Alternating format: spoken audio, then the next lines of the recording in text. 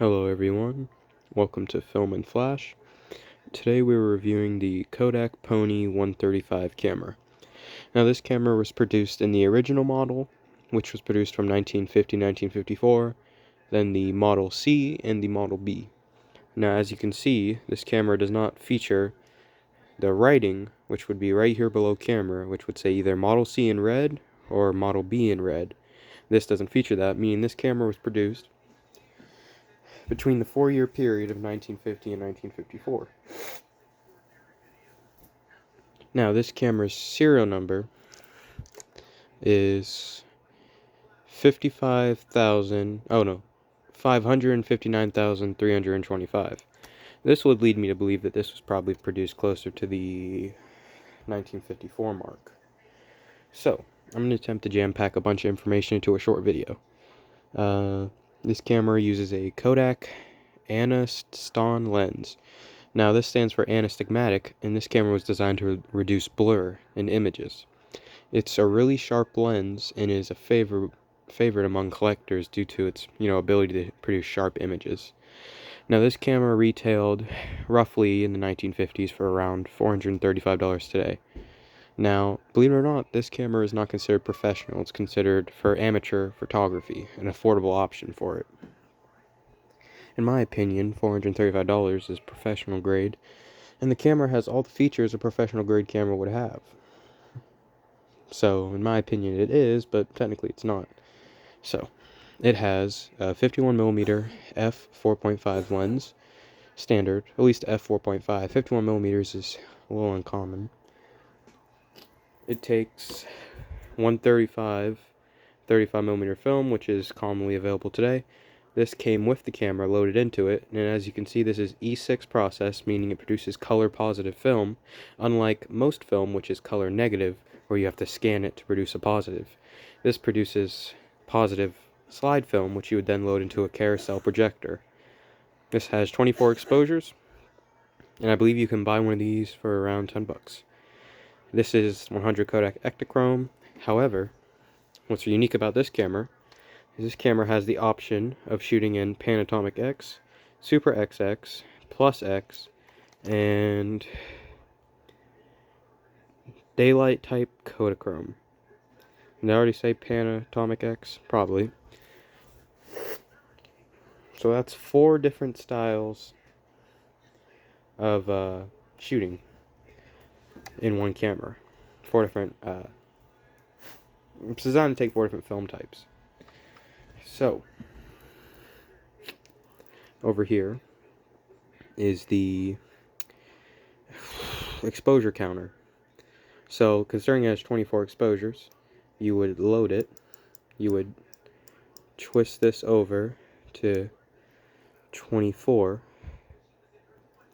and then as you wind it, it will click down to help keep track of how many exposures you have, eventually getting to 0. It has this little raised bump to help you twist it.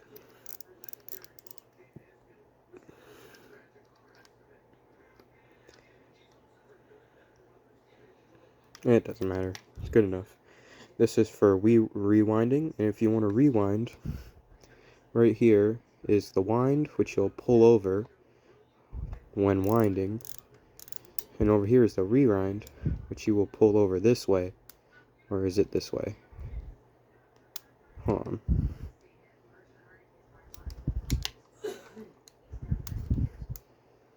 You'll pull it over. Which direction does it say? Does it say?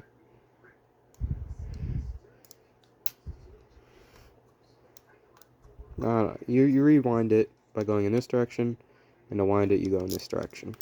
And you have to pull this when rewinding, you have to pull this when winding. It's not too difficult.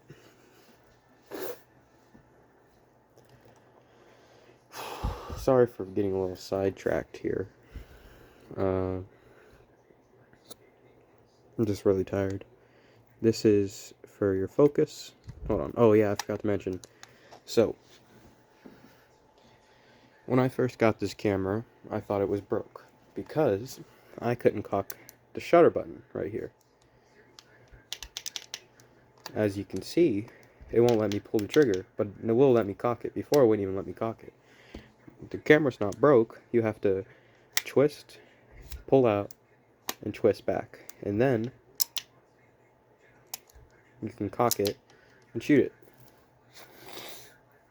It's telescopic, kinda. I said it's telescopic, kinda. I was a little far away from my speaker, just in case you didn't hear. So, this is for adjusting your focus. It goes from infinity all the way down to 2.5 feet. So you can't take close-up shots of it, sadly.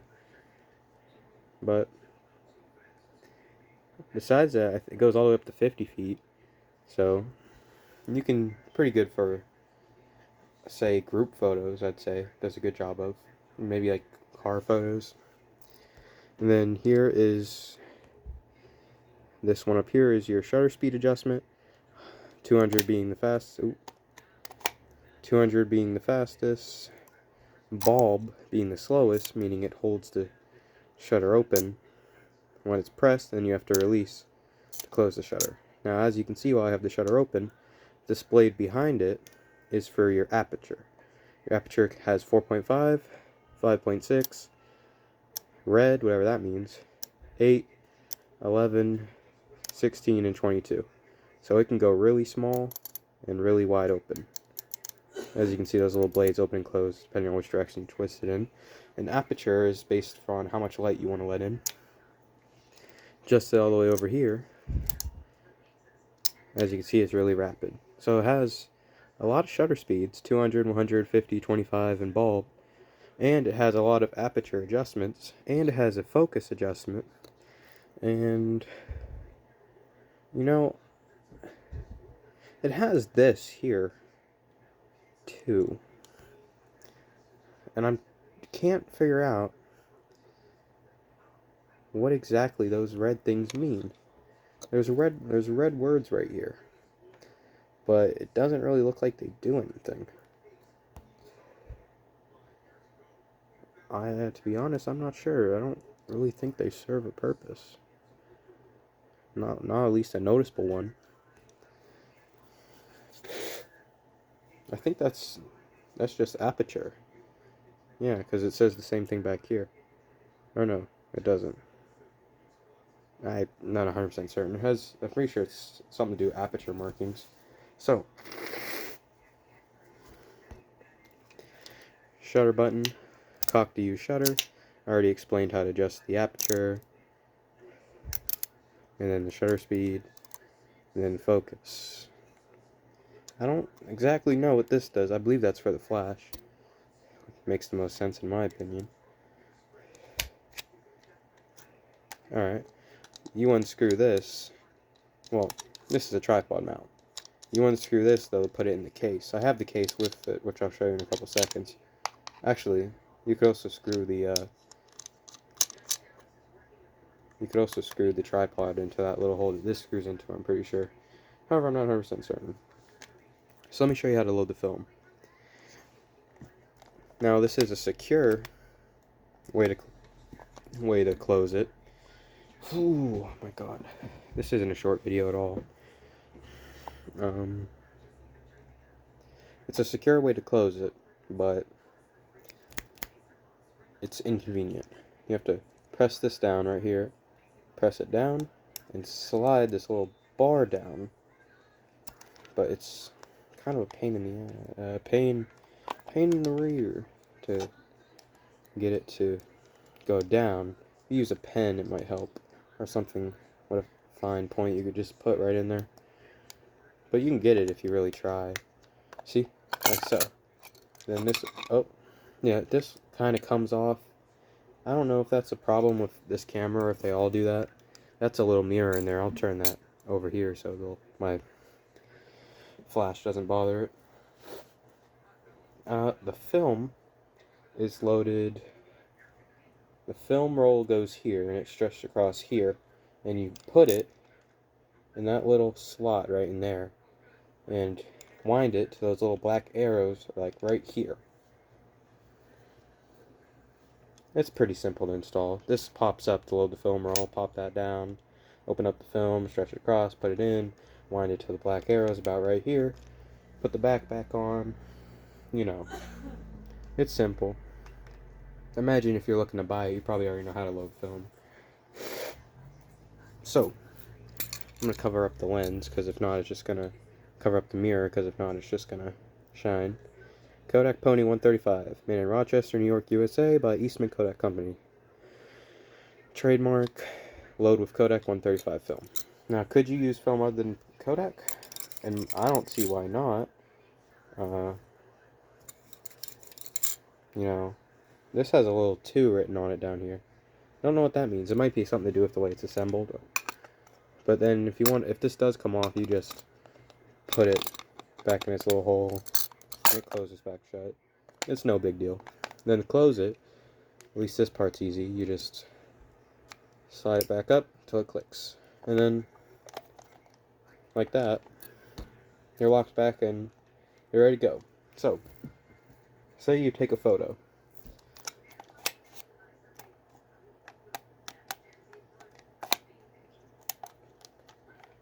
Boom.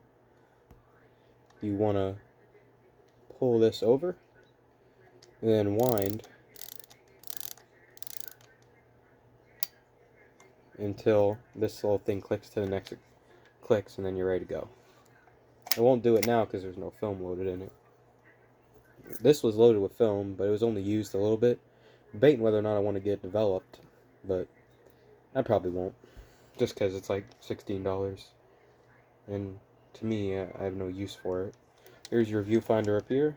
You look through that to see what you want to take a picture of. It says Kodak up here. Alright, so let me show you why this little piece is important. So, let me grab the case. Now the case is broke, like really bad. It's missing buttons, the straps in 2 pieces. The leather is in decent condition besides that though. So, first you gotta put it in here. This little bottom part. First you gotta unscrew this. This little bottom part slides right in here. Like so. Oh no. Hold on, I know how to do this. Right. Hold on. Put this in here. Okay, maybe I don't know what I'm doing. I know that this has to go in the bottom. But that wouldn't make any sense. I have to flip it around. There we go. Have it like that.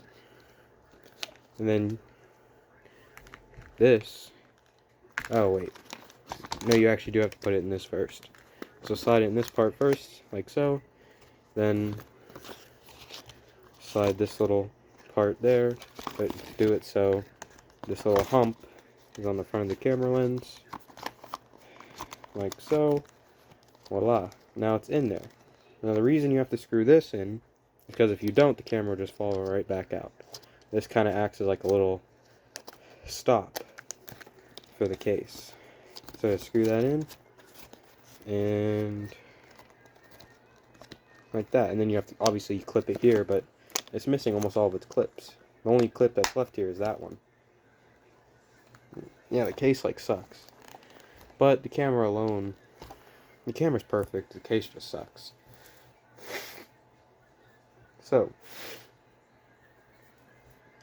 kind of went over how to use it, the important information about it, you know, everything you need to know to use it.